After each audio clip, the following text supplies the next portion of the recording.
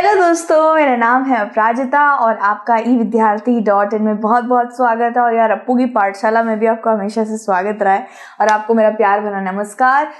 सबको मेरा बहुत सारा प्यार। तो यार सबसे पहले बताओ, आप सब कैसे हो? सब बढ़िया हो कि नहीं? मैं जानती हूँ मेरे सारे चुनमुने चंगे भले हैं। और यार ये वीडियो किस लिए होने वाली है आप जानते ही हो। हम लोगों ने पार्ट 1 जो था आपका भारतीय लोकतंत्र में समानता, आपकी नागरिक शास्त्र की किताब से ये पूरा का पूरा पार्ट कर लिया है। इसके विषय नहीं देखे यार, जल्दी से सारे विषय देख डालो। और आज हम इस वीडियो में प्रश्न उत्तर को शुरू करने जा रहे हैं, तो शुरू करते हैं यार। तो यार प्रश्न उत्तर को जल्दी से शुरू कर देते हैं, इसका शुभारंभ कर देते हैं। दोस्तों बस एक चीज बोलना चाहूंगी, एक छोटा सा वाक्य आपके लिए महत्वपूर्ण है। देखो दोस्तों यार, आपको ना कुछ ज्यादा तोल मोल के ज्यादा कुछ पढ़ने की जरूरत नहीं है। बस आप पाठ पढ़ लो अपने सारे के सारे, जो भी आपके वो सबसे ज्यादा महत्वपूर्ण होते हैं वो नहीं पढ़ोगे तो परीक्षा में कुछ नहीं लिख पाओगे। हाँ ये बात आप बिल्कुल सही कह रहे हो कि पाठ पढ़ने के बाद हम अपने आप से उत्तर बना लेते हैं, मिल जाते हैं भाई नंबर, कोई दिक्कत नहीं है। लेकिन कभी कभार ऐसा होता था दोस्तों मेरे साथ विद्यालय के अंदर कि जब मैं पाठ पढ़ के अच्छे से चली जाती थी, लेकिन प्रश्न अचानक से आ जाते थे तो मैं देखकर घबरा सी जाती थी और मैं बोलती थी यार पाठ तो अच्छे से पढ़ा है पर उत्तर नहीं दे पा रही हूं मैं इसका। बिल्कुल ऐसी बात है दोस्तों कि आपने घर में कोई बढ़िया से खीर वगैरह कोई बढ़िया से सब्जी बनाई और उसको बस खुद से नहीं चखा, ठीक है, तो यार कोई और चखे और फिर उसकी बुराई कर दे, सबसे पहले आप चख डालो उसे। तो पाठ को अच्छे से पढ़ो और खुद का एक तरीके से आप परीक्षा लो, खुद का एक तरीके से टेस्ट लो। किस तरीके से? प्रश्न उत्तर को अच्छे से अभ्यास करके। कोई अलग से किताब पढ़ने की जरूरत नहीं है, कोई अलग से आपको सैंपल पेपर वगैरह। हाँ अच्छी बात है अगर आप पढ़ रहे हो, लेकिन आपका पाठ्य पुस्तक के प्रश्न उत्तर से सारी चीजें हो जाती हैं, तो इससे भी अच्छे नंबर आ सकते हैं। हमको अलग से कुछ किताब वगैरह लेने की जरूरत नहीं है। तो एनसीईआरटी की किताब पढ़ो, बस बात खत्म, ठीक है। तो यार ये छोटा सा टिप था। आगे हम लोग प्रश्न नंबर 1 से शुरू कर देते हैं भाई। टोटल भाई 4 प्रश्न हैं और इसे जल्दी से हम लोग खत्म कर लेंगे। लोकतंत्र में सार्वभौमिक भौमिक वयस्क मताधिकार को महत्वपूर्ण क्यों माना जाता है? ठीक है, तो दोस्तों ये जो हमें भारी भरकम नाम बोला गया है, सार्वभौमिक वयस्क मताधिकार, सबसे पहले मैं इसको समझा देती हूँ ये क्या होता है। पाठ में भी समझाया था वैसे तो।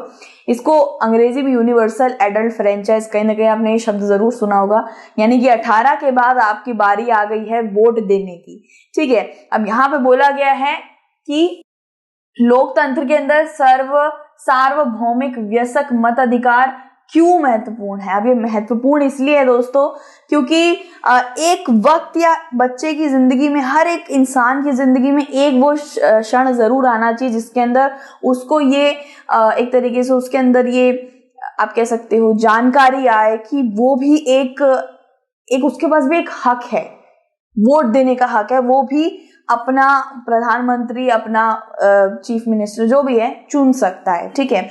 उसके पास अब ये मत अधिकार आ गया और उससे वो कोई नहीं छीन सकता। लोकतंत्र में सार्वभौमिक वयस्क मताधिकार का महत्व क्या है?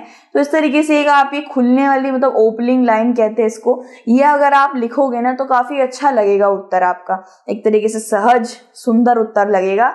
अगर आप प्रश्न से ही ऐसे ले लोगे ना, लोकतंत्र में सार्वभौमिक वयस्क मताधिकार इसलिए महत्वपूर्ण है, और उसके बाद आप ऐसे बिंदु डाल दीजिए, फिर अपना एक एक करके बिंदु बिंदु डाल के आप जब लिखेंगे अपना उत्तर तो वो काफी ज्यादा अच्छा लगेगा, क्योंकि मैं ऐसा करती थी और अच्छे नंबर आते थे भाई।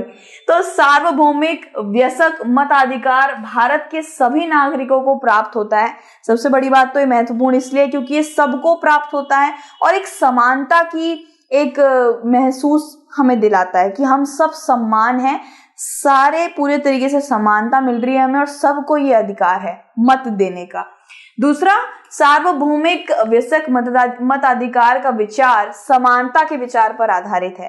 दोस्तों गरीब, अमीर, काला, गोरा, लखनऊ में पैदा हुआ, दिल्ली में पैदा हुआ, कोई भी, सारे व्यक्ति जब एक साथ कतार में खड़े होकर वोट दे रहे होते हैं, मत दे रहे होते हैं, तो उनको एक समानता का एक विश्वास आता है, समानता की एक खुशी मिलती है। जैसे कांता को नहीं मिल रही थी, कांता खड़ी हुई थी, वो कितनी उत्सुक थी कि मैं आज वोट देने वाली हूँ, और उसे खुशी मिल रही थी कि उसके साहब, उसके पड़ोसी सब लोग खड़े हुए थे एक ही कतार के अंदर, तो एक समानता की वाइब है तो वो एक आ रहा था, ठीक है। तो क्योंकि ये घोषित करता है कि देश को देश का प्रत्येक वयस्क स्त्री पुरुष ले लीजिए, चाहे उसका आर्थिक स्तर नीचा हो, उसका कोई भी जात हो, वो कहीं का क्यों ना हो, एक वोट का हकदार जरूर है। तो आप सोच रहे हो कि पैदा होते ही 1 साल के बच्चे को वोट का अधिकार क्यों नहीं होता है?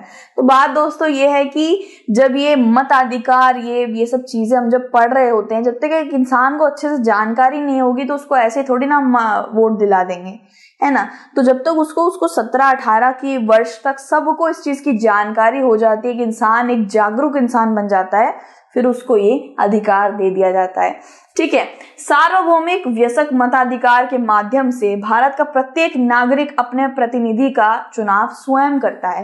दोस्तों ये एक अंदर से बिल्कुल महसूसता भी देता है, एक अलग से एक फील देखता है कि भाई हाँ, मैं अपने मंत्री को चुन सकता हूं, मेरे पास ये हक है और ये मुझसे कोई नहीं छीन सकता। तो ये चीज यूनिवर्सल एडल्ट फ्रेंचाइज, जिसको हिंदी में बोला गया है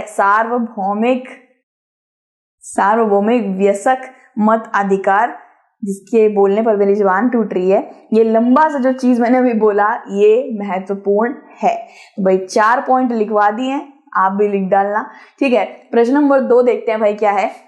बॉक्स में दिए गए संविधान के अनुच्छेद 15 के अंश को पुनः पढ़िए और 2 ऐसे तरीके बताइए जिनसे यह अनुच्छेद असमानता को दूर करता है। दोस्तों जल्दी से बॉक्स पढ़ डालो, कौन सा बॉक्स बता रहे हैं अनुच्छेद 15 का, उसको जल्दी से पढ़ के आओ, फिर उत्तर देने की कोशिश करो। वैसे बॉक्स वगैरह का शायद ही प्रश्न आता है, अगर आ भी गया तो आप दे डालोगे, कोई बात नहीं। देखा जाए तो अनुच्छेद 15 के द्वारा क्या बता रहे हैं वो यहीं पे पढ़ लेते हैं। असमानता को दूर करने के तरीके। दोस्तों अनुच्छेद 15 असमानता को दूर करने के लिए ये एक अनुच्छेद बनाया गया था, संविधान के अंदर दर्ज भी है। ये किस तरीके से असमानता दूर करता है पहले ये देखते हैं। राज्य किसी नागरिक के विरुद्ध केवल धर्म, मूल वंश, जाति, लिंग, जन्म स्थान या इनमें से किसी के आधार पर कोई भेद नहीं करेगा। सबसे पहले तो अनुच्छेद 15 यही कहता है कि आपका रंग, धर्म, पृष्ठभूमि, आप कौन से जन्म स्थान से आते हो, आपका लिंग क्या है, जाति क्या है, भेद क्या है, ये कुछ नहीं देखा जाएगा। आपको हर तरीके की संसाधन मिलेंगे, हर तरीके की समानता मिलेगी, हक मिलेंगे। आप कुएं में जाके नहा सकते हैं, आप मंदिरों में जा सकते हैं, हर जगह आपको जाने का अधिकार है, सभी के लिए समानता है। फिर और क्या बोलता है, कोई भी नागरिक, ठीक है, केवल धर्म, मूल वंश, जाति, लिंग, जन्म स्थान या इनमें से किसी के आधार पर किसी व्यक्ति को दुकानों, सार्वजनिक भोजनालयों में और सार्वजनिक मनोरंजन के स्थानों में प्रवेश करने से वंचित नहीं कर सकता है। ठीक है। और आप ये अनुच्छेद 15 फिर से यही बोलता है दोस्तों कि कोई भी धर्म, स्थान, जाति, रंग वगैरह ये सब देख के आप किसी को कुएं में जाने से, किसी को दुकान में जाने से, किसी को मॉल, इमारतें, कहीं भी जाने से आप नहीं रोक सकते हैं। ठीक है। वो चोरी के इरादे से, खून के इरादे से जा रहा है तो भाई जरूर रोकिए, लेकिन इन सब चीजों को देख के नहीं रोकना है। ठीक है। पूर्णतः अशतः राज्य निधि से निर्मित कुआं, तालाब, जो भी सरकार ने बनाया है या जो भी किसी व्यक्ति ने बनाया है, देखो किसी व्यक्ति की दुकान है और उस दुकान में सिर्फ स्त्रियां आ सकती हैं, पुरुष आ जा रहे हैं। जैसे महिलाओं का डिब्बा आरक्षित होता है ना मेट्रो के लिए, उसमें लड़के आ जा रहे हैं और बोलेंगे हमारा रूप, रंग, पुरुष, स्त्री देखकर आप हमें आने नहीं दे रहे, वो चीज गलत है, वो आरक्षित है स्त्रियों के लिए। तो ऐसा मत लिख देना भाई कमेंट बॉक्स में कि मैम हम मेट्रो की उसमें नहीं घुस पाते हैं। तो यार जितना भी सरकार ने जितनी भी चीजें बनाई हैं उसके अंदर लिंग भेद, पुरुष, स्त्री ये सब नहीं देखा जाएगा। हर एक इंसान जा सकता है वहां पे। जैसे सार्वजनिक बस स्टॉप है, नहीं यहाँ सिर्फ लड़कियां आ सकती है, लड़के नहीं आ सकते, वो तो सार्वजनिक है ना, सबके लिए है, कोई भी आ सकता है। ठीक है। कुछ भी ले लीजिए, स्नान घाट ले लीजिए। अब ऐसी बात है कि स्नान घाट अगर वो औरतों के लिए स्नान घाट होगा, वहां मर जा रहे हैं, वो गलत है। ठीक है। तो सड़कों को और सार्वजनिक समागम के स्थानों के उपयोग पर प्रतिबंध नहीं लगा सकता। दोस्तों पहले के वक्त पे होता था, ईस्ट इंडिया कंपनी नहीं थी जिस वक्त भारत के ऊपर ब्रिटिशर राज कर रहे थे, वो लोग अपने बड़े बड़े सिनेमा घरों में, थिएटरों में इंडियन को आने नहीं देते थे। क्या लिखते थे पता है? कहते थे भारतीय और कुत्ते अलाउड नहीं है, वो ये लिखते थे, यहाँ पे ये दोनों नहीं आ सकते। तो इस तरीके का पहले भाई मंजर था। ये सब चीजें आज के वक्त पे अनुच्छेद 15 पूरी तरीके से हटाता है, निषेध करता है। ठीक है, अब हम करेंगे दोस्तों प्रश्न नंबर 3, जो हमें बताता है भाई ओम प्रकाश वाल्मीकि। याद है आपको उस बच्चे के बारे में हमने पढ़ा था? ये आज के वक्त पे अभी तो हमारे बीच में नहीं है, ये इनकी मृत्यु हो चुकी है, लेकिन इनकी बोलियां, इनकी लेखिकाएं, जितनी भी इन्होंने रचनाएं बनाई है सब हमारे बीच में है और आज भी हम इन्हें पढ़ रहे हैं। तो इसी तरीके से होता है दोस्तों, एक व्यक्ति अमर हो जाता है, ठीक है, वो चला तो जाता है लेकिन उसकी चीजें, उसकी बातें सब कुछ रह जाती हैं। तो ओम प्रकाश वाल्मीकि को हमने एक बच्चे के रूप में देखा था, यहाँ पे हम बच्चे के रूप में ही लेते हैं। ओम प्रकाश वाल्मीकि जी का अनुभव अंसारी दंपत्ति के अनुभव से किस प्रकार से मिलता था? ठीक है, अब मिलता कैसा था? सबसे पहले तो मैं बता दूं अंसारी दंपत्ति का क्या वो था दोस्तों। अंसारी दंपत्ति के साथ ये गलत हुआ था कि उनके धर्म को देखकर उनको घर नहीं दिया जा रहा था। उनका धर्म था मुसलमान, उनका मजहब मुसलमान था, तो भाई मुस्लिम थे वो लोग, इसलिए उनको देखकर बहुत से लोगों ने घर नहीं दिया। धर्म को लेकर उनके साथ असमानता हुई थी। दूसरा, ओम प्रकाश वाल्मीकि जी का जाति को देखकर असमानता हुई थी। उनकी जाति दलित, अछूत माना जाता था उन्हें, तो उनको देखकर उनके साथ असमानता हुई थी। अब पूरी कहानी भाई जाननी है तो इसके विषय में जाके देख लो भाई, ठीक है, यहाँ बताने लग गई तो बहुत ज्यादा वक्त तक निकल जाएगा। ओम प्रकाश वाल्मीकि और अंसारी दंपत्ति का अनुभव निम्न रूप से समान था। यहाँ पे आप ये लाइन भाई जरूर छापना, ये बढ़िया लगता है भाई, इससे उत्तर अच्छा लिखोगे बढ़िया लगेगा, मैम जरूर अंक देगी, ठीक है। मैं सच में मैं ये चीज करती थी और मुझे अच्छे मार्क्स ही मिलते थे। पहला क्या लिखोगे दोस्तों आप? ओम प्रकाश वाल्मीकि को समाज के अन्य उच्च वर्गों के छात्र से अलग फर्श पे बैठाया जाता था। उसको पढ़ना नहीं देते थे शिक्षक, उसके द्वारा मतलब उसे झाड़ू लगवाते थे, स्कूल में पूरा ग्राउंड वगैरह साफ करवाते थे।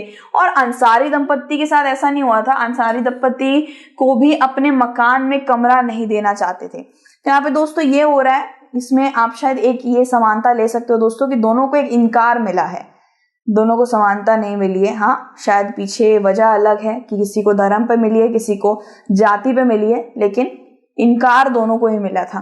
तुम पढ़ नहीं सकते, शिक्षा नहीं मिलेगी, जाके झाड़ू लगाओ और तुम्हें तुम्हारा मजहब देख के घर नहीं दिया जाएगा।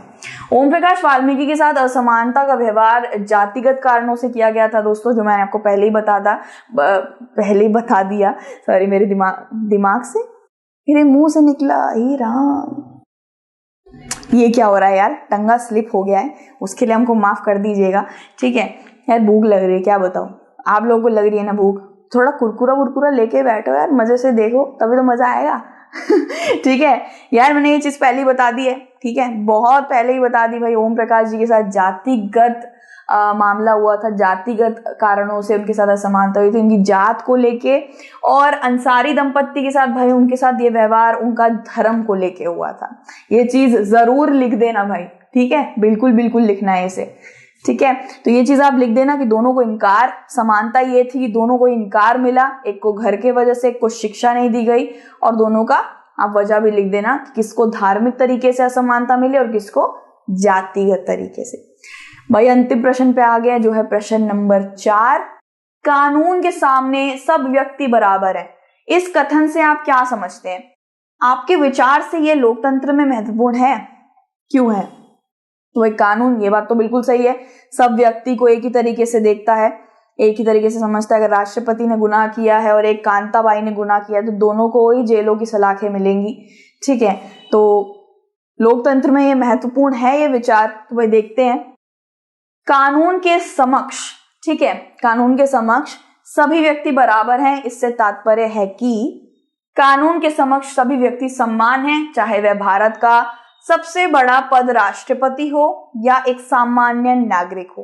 भाई दोनों करेंगे कत्ल, दोनों जाएंगे जेल में, ऐसा ही होना चाहिए। लेकिन सच बताऊं तो काफी कम होता है ऐसा, मतलब ऐसा बोला जा रहा है दोस्तों, लेकिन ये मेरा मत है कि बहुत से लोग पैसे देके छूट जाते हैं, ऐसा देखा है मैंने, आंखों से आपने देखा होगा, अपने पिक्चरों में भी देखा होगा। लेकिन हाँ, कानून पे आज भी सबको उतना ही भरोसा जितना पहले था। सभी को एक तरह के अपराध के लिए एक ही तरीके का दंड दिया जाता है, दंड प्रावधान है, ये जिस कानून बतलाती है। कानून किसी भी व्यक्ति के साथ उसके धर्म, जाति, लिंग, वंश के आधार पर भेदभाव नहीं करता है। जरूर बात है दोस्तों, एक कोई राजपूत है तो एक कोई चमार जात से आता है। अब मैं चमार किसी को बोल नहीं रही हूँ, ऐसा नाम वाम दे दिया गया है, जो बहुत गलत बात है। तो ये जो छोटी जात से आया है इसके ऊपर 50,000 का जुर्माना लगा, और ये जो राजपूत जात से आए हैं, राजपूत वंशज से आए हैं, इनके ऊपर भाई 200 रुपए का जुर्माना लगाओ। तो ये क्या हुआ भाई, भेदभाव हुआ। तो कोई भी जाति, लिंग, पृष्ठभूमि, धर्म भूमि, कुछ भी ऐसा देख वेख के बिल्कुल भी इसके आधार पर उसको सजा नहीं दी जाएगी। दोनों के साथ जो भी दोनों ने गुनाह किया है, कानून उससे उस हिसाब से सजा देती है। कानून के समक्ष भारत के सभी नागरिक एक समान है। हमारे विचार से कानून के समक्ष समानता से लोगों में यह संदेश जाता है कि देश में किसी के साथ भेदभाव नहीं होना चाहिए, और हम कानून के समक्ष सामान्य जनता का भी वही महत्व है जो एक बड़े पद पर बैठे व्यक्ति का है। कोई भी दूध वाला समझ लीजिए, एक दूध वाला है, या फिर एक अंबानी जी ले लीजिए, दोनों ने गाड़ी ठोकी है, दोनों को ही 50,000 देने पड़ेंगे और दोनों को ही 5-5 साल की जेल होगी। कानून के आगे सब समान है, ठीक है। इससे लोकतंत्र काफी मजबूत होता है। जब दोस्तों देखते हैं ना लोगों के साथ कि अच्छा मैंने जो गलती करी है उसको भी वही सजा मिली है, तो इससे मजबूती आती है, इससे एक समानता मिलती है कि हाँ सब यहाँ पे समान रूप से ही देखे जाते हैं। अगर आज समझ लीजिए मेरी मम्मी है, मेरे भाई को वो एक आंख से, छोटी आंख से देखती है कि अरे इसको तो एक रोटी दे दूंगी, इतने में भूखा जाए, और मेरे पीछे बहुत ज्यादा अरे तू क्या खाएगी, क्या अच्छा लगता है, ये गलत है ना। समान रूप तो नहीं मिल रहा है, दोनों में भेदभाव हो रहा है, दोनों में लड़ाई हो जाएगी, बहुत चीजें हैं यार, ठीक है। कानून पे विश्वास रखो, आपको अरे नहीं आपको क्यों मिलेगा यार तो यार हाँ, वैसे कानून पे विश्वास रखो, और भगवान जी करे आपके साथ ऐसा कभी भी गलत वलत ना हो। अगर कोई ऐसा करे ना, लंच बॉक्स से कोई भी खाना खाए ना, तो मुझे जरूर बताना, मैं उसे कानून के हवाले कर दूंगी। मेरा मतलब है विद्यालय के शिक्षक के हवाले कर दूंगी ठीक है यार। चलो मजाक छोड़ते हैं, और मुझे पता है आप लोगों को भूख लग रही है, कुछ खाने का मन कर रहा है, तो जाके खरीद लेना, मेरे लिए भी ले आना यार एक, ठीक है। दूसरी वीडियो में जल्दी से मिलते हैं दूसरे पार्ट के साथ। आ जाना वहाँ पे जब भी मन करे आप लोगों का, मर्जी के मालिक हो यार। जल्दी लौटेंगे यारो एक दूसरे पार्ट के साथ। तब तक के लिए यार मजे करो, बढ़िया रहो, खुश रहो और हंसते रहो, क्योंकि आप क्यूट लगते हो, और ये विद्यार्थी आपकी खिदमत में हमेशा से हाजिर है, बहुत प्यार करता है आप लोगों को, ठीक है। God bless you everyone, take care and bye.